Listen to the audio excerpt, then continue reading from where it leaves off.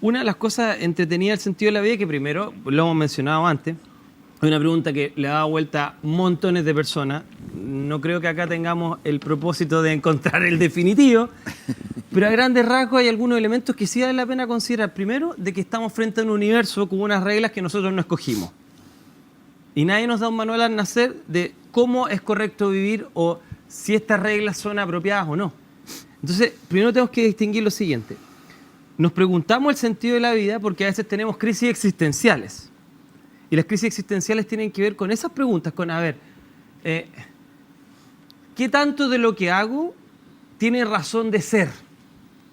Muchas veces las personas están en trabajo, en formas de vida, en lugares, y durante mucho tiempo se anestesian a sí mismos creyendo que es correcto vivir de una forma, pero a ratos tienen momentos que nosotros llamamos quizás en psicología de estas crisis o de realización, a veces decir, a ver, esta realidad que estoy viviendo ¿es realmente la única que puedo vivir? ¿O podría estar en otro lugar haciendo otra cosa?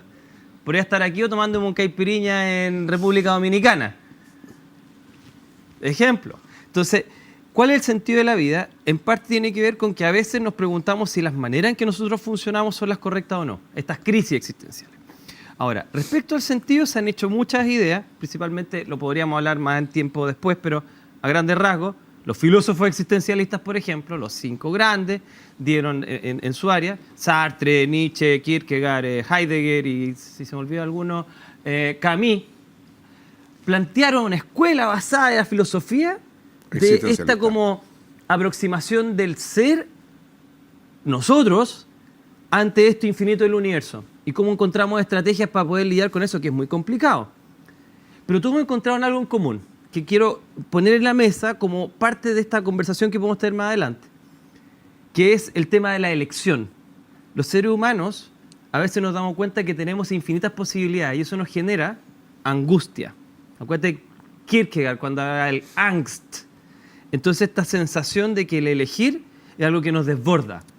Porque podemos elegir mal o podemos elegir bien y nada nos garantiza que elijamos bien. Entonces, habiendo dicho todo esto, y hay un tipo que se llama Seligman, un colega nuestro que hasta inventó las formas adecuadas y significativas de vivir en su psicología positiva, me resta solamente decir lo siguiente. Las personas del mundo actual creo que no sienten que genera una contribución a la humanidad, que ese es uno de los elementos a nivel más físico que podríamos decir. ¿Cuál es el sentido de la vida? Contribuir a la humanidad, a la especie. ¿Estás contribuyendo a la especie? No sé.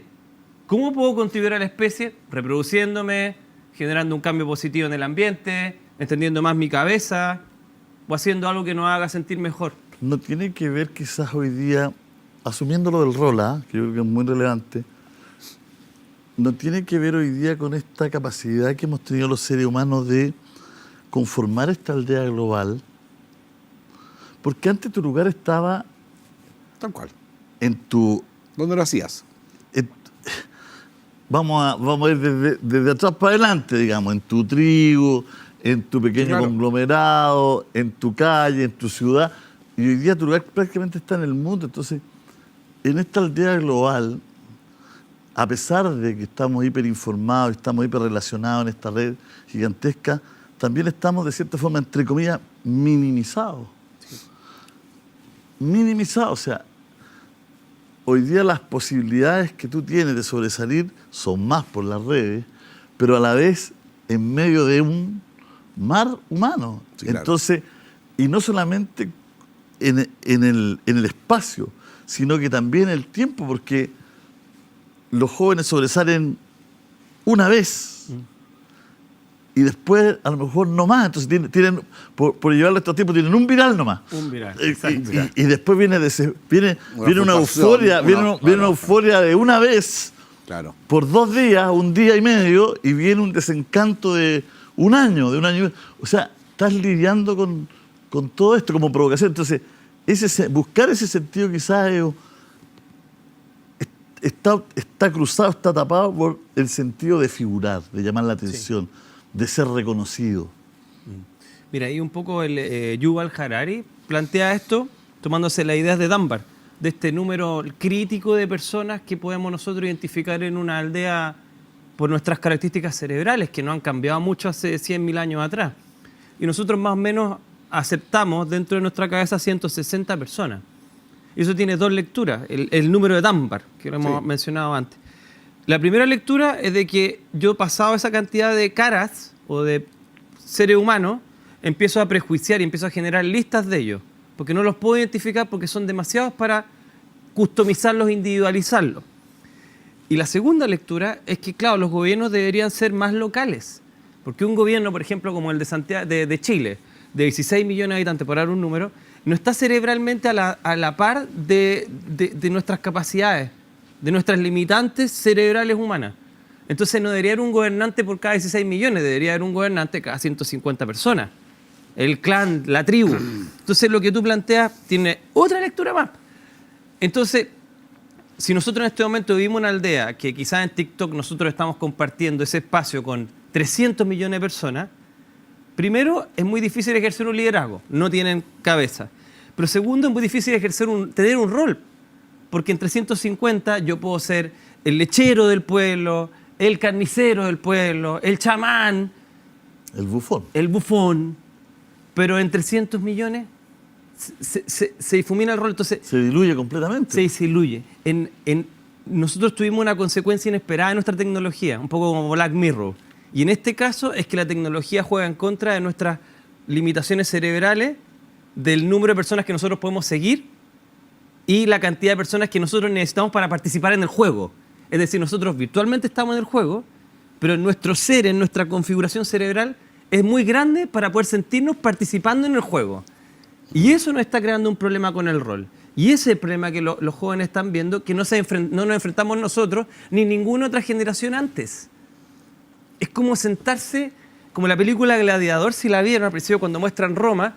Claro, vienen estos gladiadores caminando en la entrada y van al Coliseo y dicen, chuta, esto es demasiado grande, me siento como minimizado ante el todo. Entonces, eso tú sientes, la sensación de inmensidad frente a, bueno, ¿qué represento yo en eso? ¿En qué sentido yo soy clave? ¿Qué tan desechable soy? Hemos hablado que el amor es desechable. Nosotros desechamos a otros.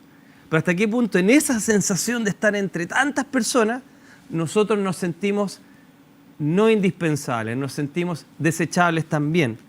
Entonces ahí lo que tú planteas de la crisis existencial sí tiene un enganche para el presente y para los jóvenes, en el sentido de que haga lo que haga va a dar lo mismo, o sea, total, otro lo puede hacer mejor. Yo tengo que sentir que soy único e irreemplazable, pero de verdad, y que tú dependes de mí para que yo me ponga las pilas. Clásico lo plantea otro colega.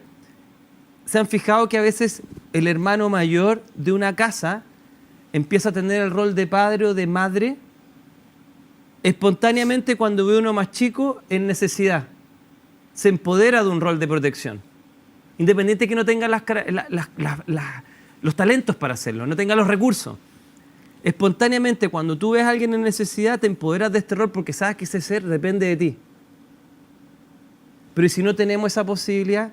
¿Cuándo nosotros vamos a encontrar el sentido? En el sentido de que realmente hay otro que me necesita y que si yo no estoy, esa persona va a perecer o va a sufrir. ¿Y en ese minuto cobra sentido de existencia en mi vida? Claro que sí. Claro, y en este ámbito de felicidad también está tergiversada, ¿no es cierto?, en la mirada que tú das. Porque cuando yo estoy frente a un hermano menor, frente a un niño, frente a alguien doliente, sale tu capacidad casi instintiva de protección, pero las redes sociales son todos felices. ¿Todos felices?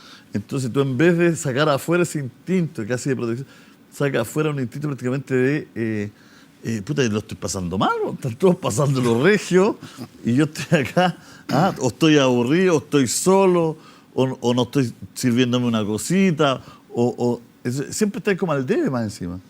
Mira, déjame irme en la volada filosófica. Porque la pregunta es anterior, encuentro yo. ¿Tiene sentido la vida? ¿La vida tiene un sentido? Yo me he preguntado eso. Si la vida tiene un sentido. Históricamente siempre tenía un sentido porque están los dioses, está la reencarnación, está el futuro, está el poder ser un hombre bueno para poder reencarnarte o para poder ascender a un cielo. Siempre había tenido un sentido. Y yo lo digo esto porque esto a mí me parece que es sumamente importante. Yo creo que parte de la crisis que estamos viviendo es una crisis filosófica, ideológica, que requiere de un cambio de paradigma, de una manera de filosofar, de pensarnos, de una manera muy diferente a como lo estamos haciendo. Y quiero hacer un paréntesis, que son cosas que a mí me parecen importantes, que tienen que ver con la historia. Con el término de la Segunda Guerra Mundial, que fue ayer, 70 años atrás, si no fue hace 500 siglos, fue hace 70 años atrás, o sea, mucha gente todavía tiene, estamos hablando de 1940 y tanto. ¿Qué es lo que se instala en el mundo? Dos ideologías, por primera vez en la historia de la humanidad, el capitalismo y el comunismo, que tienen una cosa en común. Tienen varias cosas en diferencia, pero tienen una cosa en común, que es la economía la que rige el destino y el sentido de las personas. Y cómo se estructuran y cómo se arman y cómo tienen que funcionar las sociedades. Son dos ideologías que empiezan a dominar el mundo. Y eso trae consigo, que trae un cambio de vida gigantesco, el cual yo creo que desde mi punto de vista está llegando a su fin, para ambos. Es decir, y ahí es cuando yo llamo un cambio de paradigma profundo, síntesis. A veces he llegado a pensar que la única sentido que tiene la vida es vivir. Y dentro del vivir, el solo hecho de vivir es un acto extraordinario. Pero siempre nos estamos poniendo como objetivos y comparativos, que es lo que es peor todavía. Compararse en esto que estaba diciendo Julio, que estaba diciendo tú, compararte con el otro, compararte en las redes sociales, quién tiene más link, quién tiene más... Cuando tú vives ese tipo de vida, obviamente que tu calidad de vida siempre se va a empeorar. No tienes posibilidad. Basta ver lo que han sido las estrellas, fue a ver la película de Elvis, tenía todo. Y podemos analizarlo mucho, podemos analizar a grandes músicos, no sé, me pueden ayudar Michael Jackson y otros, que han logrado tener todo, o sea, comillas, para uno, un ser NNN, han llegado a lograr tener todo, y mira las trágicas muertes, cuando su vida perdió sentido y habían alcanzado prácticamente el éxito más absoluto que un ser humano podría llegar a alcanzar, por ejemplo, en este caso a través de la música. ¿Qué es lo que les faltó? Cuando fui a ver la película de Elvis, que la recomiendo, vayan a verla. Es una película que me hizo reflexionar. Cuando el ser humano llega a una instancia de tal y termina como termina, por ejemplo, el caso de Elvis Presley, siendo sumido, consumido, esclavo de las drogas, y termina en la muerte atroz a los 42 años. Entonces, cuando hago todas estas reflexiones, yo lo que a veces he llegado a pensar que en nuestra soberbia como humanos creemos que tenemos sentidos. Lo observo en las gallinas de mi parcela, lo observo en los árboles, lo observo en los pájaros, lo observo en todo. Y muchas veces me he preguntado, ¿y estos pájaros pensarán en algo, tendrán algún sentido? Sí, vivir.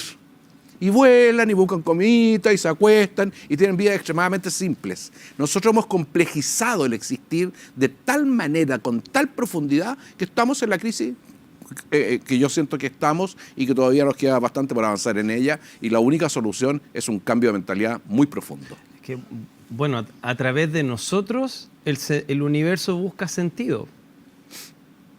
En el fondo, claro, eso es un pensador hindú, se me olvida el nombre ahora, no sé si era uno de los Krishnamurti, porque hay varios UG y sí, varios, pero a través de nuestros ojos el universo interpreta y busca el sentido. Porque claro, esas criaturas tienen otras características muy bonitas, pero una de las que no tienen es preguntarse por qué diablo estoy aquí. No nos hemos dado cuenta que ellos lo tengan. Nos dimos cuenta que hay algún tipo de los grandes primates, creo que un orangután, que empieza a tener sentido de sí mismo. Entonces le ponen un puntito acá y se ve en el espejo y se toca, dándose cuenta que no hay otro ahí, sino que es aquí. Tiene autoconciencia. Claro. Y nosotros parece que de todas las especies conocidas somos la que más autoconciencia tenemos, o quizás la única, no sé. Claro. Entonces, al tener autoconciencia, hay un problema. Por nuestra frontalidad, por todas estas macanas. Nos pensamos que hay más allá y por qué estamos aquí. Ahora, ¿el universo tiene sentido? Quizás no. Pero nosotros sí, porque tenemos estas capacidades cerebrales. Y quizás inesperadamente empezamos a hacernos esa pregunta. Quizás fue una consecuencia asociada al desarrollo de nuestro cerebro. Ahora bien, tenía varias observaciones de lo que me mencionaba. Uno de ellos, ¿crisis religiosa? Sí. En este momento no tenemos religión, básicamente, como país. En los estados todos tratan de ser laicos. Ahora tiene eso que ver con algo de contingencia, que ya les quiero mencionar. Pero, ¿cuál es la diferencia entre ideología y religión? Por ejemplo, el colega Peterson lo considera así. Las religiones tienen una explicación para el todo. Las ideologías no. Se meten, por ejemplo, en un tema económico, como puede ser el comunismo. Entonces, ¿cuál es el punto? nosotros en este momento tenemos pocas teorías del todo. La ciencia le cuesta generar teoría del todo, lo busca, pero cuesta. Las religiones nos dan un manual de operaciones. Y estamos frente en este minuto a una escasez de ese manual de operaciones. Entonces, claro, empezamos a tener una crisis de sentido. Ahora también les quería mencionar algo con lo económico. Un tipo que acaba de tener una gran pérdida, Alexander Dugin. Dugin es uno de los cerebros o de los cercanos, se supone, a Vladimir Putin. Sí, que tuvo la hija. Eso ha trascendido, pero no sabemos qué tan cercano es a él, parece que bastante. Y él es una especie de místico ideólogo. Y él plantea que hay 4 vías. La vía por defecto del mundo de ahora, que es del libre mercado. La contraposición de esa, que es el comunismo, el fascismo y la vía de él. Ya vamos a ver, que es como la teocracia. Es como un gobierno neorreligioso que pueda sostener a las personas a través de ese sentido de la existencia, a través de un resurgimiento de la religión. Él plantea que el comunismo murió de decrépito y el fascismo murió muy joven. Está bien, ya, son las voladas de otra persona. Pero lo interesante acá es que, claro, un Estado laico tiene problemas porque es difícil a nivel humano no darte un manual de operaciones respecto a cómo es la vida. Ah, no, tú tienes que vivir como tú quieras. Vive para ser feliz. ¿Qué diablo es ser feliz? ¿Tener placer? ¿Tener una vida con sentido, como plantea Seligman? ¿Tener una vida dedicada a los otros? Piensa que lo que más están sacando los colegios son clases de filosofía. ¿Las necesitamos? ¿Necesitamos tener más filósofos como Mauricio? Una de tus carreras de filosofía, algunas personas no saben, o no. O sencillamente tenemos que tener un computador que nos diga y nos haga sentir bonito todo el tiempo. ¿Cuál es la principal necesidad del ser humano? Comer es una, pero también un sentido. Y un sentido autopropuesto, pero que a veces ayuda que alguien te enseñe. Y si tus papás tampoco lo tienen, imagínate que, no sé, ustedes son gente muy culta, pero de repente en otras casas donde nunca se le hable esto a los niños, nunca hay una sobremesa. ¿Cuántas preguntas los niños tienen a los 8 o 9 años que no son respondidas de esta índole? Yo no tuve hijos, pero no sé, ustedes probablemente a los 8 o 9 años sus hijos le preguntan: ¿y para qué estamos aquí? ¿Cuál es el sentido de las cosas? ¿Qué pasa después de la muerte? Entonces, bueno, todas esas cuestiones, el día de hoy, son tabú. Es tabú la religión, por nuestros motivos laicos, y también es tabú la muerte, porque no queremos visibilizarla, igual que la vejez, no queremos visibilizarla, porque nos termina el juego de PlayStation. Claro. Entonces, claro, creo que hicimos bien con permitirle que cada uno tenga sus creencias en su plano privado. Pero también el asunto estatal y la ingeniería social requiere de ciertos grandes cánones. Qué es bueno, qué es malo, el principio de la creación, los mitos fundacionales. Piensa que la primera ciudad de la historia, comillas, Ur, los babilonios ya tenían un mito fundacional en Gilgamesh. Y así los egipcios, y así los Todos. griegos. Y somos los únicos pelotudos de la historia que no tenemos un mito fundacional, por mucho que sea un mito. Piensa Claro. que la gente cuando quemó, decir así, la Plaza Italia generó, algunos le llaman estallido social, o como quieran llamarle, se creó un mito fundacional. Hasta en eso generamos mitos fundacionales. En las películas El Señor de los Anillos, Star Wars pegan porque tiene una estructura, la estructura de Campbell del mito del héroe. Para los que no saben, tienen la misma cuestión, todas las películas. Sacada por un tipo muy brillante que también era amigo de Jung. Entonces, ¿cuál es el mito fundacional de esta civilización? De este Chile. Este Chile que tiene también personas de Chile, gente que viene de otros países. Yo creo que lo único que nos une es el fútbol y el reggaetón como país.